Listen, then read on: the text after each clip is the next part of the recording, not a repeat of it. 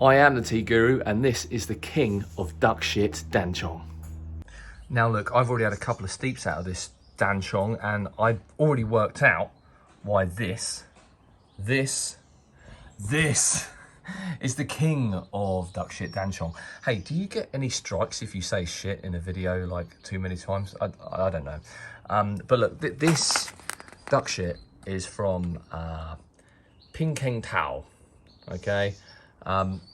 This is like the holy grail of duck shit oolong, duck shit Dan Cong. This is where it all started.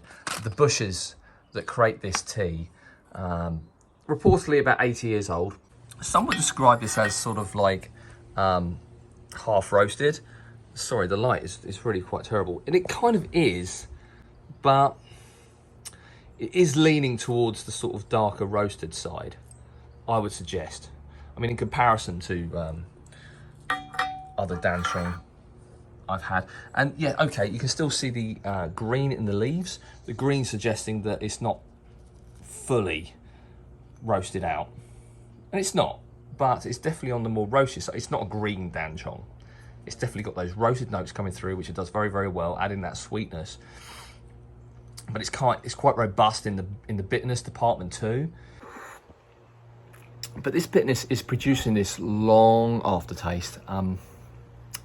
It's just a very good tea, and quite pure tasting too. So what do I get with normal duck shit? Well, it's a really popular Dan Cong that we sell. I would describe the aroma or taste profile as being quite complex. Okay, so there's a few things going on, whereas this Ping Keng Tao really isn't that complex, but what it does very, very well. So what I'm noticing in just the aroma of the rinse is a very acute sweetness and sort of beautiful sour note that you get from Dan Cong. It comes out in spades. I'm getting returning sweetness along my cheeks. The broth is kind of smooth in a Dan Cong way. Dan Cong aren't very robust, big and chunky teas. They're kind of inherently thin, but the smooth nature of it, just gliding down your throat, very, very nice. Just like the duck shit I sell, this also has a very heavy amount of astringency. It's not overwhelming, but it's kind of like, no, it's not astringency, bitterness. I always get those two mixed up. It does have a lot of bitterness in this tea, which is kind of nice and refreshing in a grapefruit compote way, if you know what I mean. So unlike its cheaper cousin, it isn't complex. It hasn't got a kind of spectrum of aroma profiles hitting you. It's kind of single note, Dan Cong, sour, sweet at the same time. The broth glides down the throat very, very well. No mouth pucker.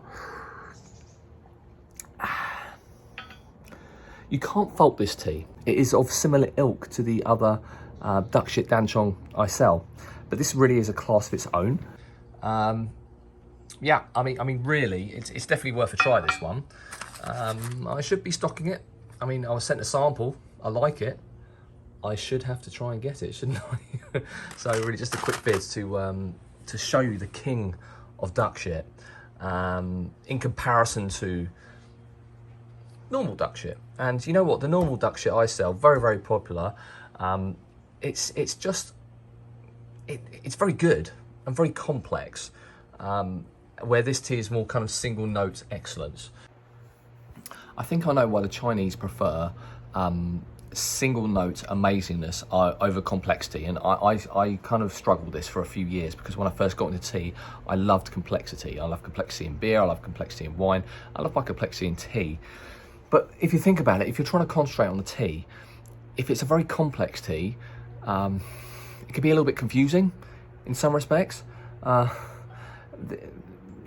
When you've got single note excellence, and it just does what it does so well, it's straight to the point, it's elegant and beautiful for what it is. Complexity is good, and I still really enjoy complexity in tea, but I really can see the beauty of single note excellence. Have that as a take. Guys, I hope you enjoyed the vid. Please do me a favour, drop a like and leave a comment if you wish, and sub if you haven't, and I'll see you next time. Happy cupping.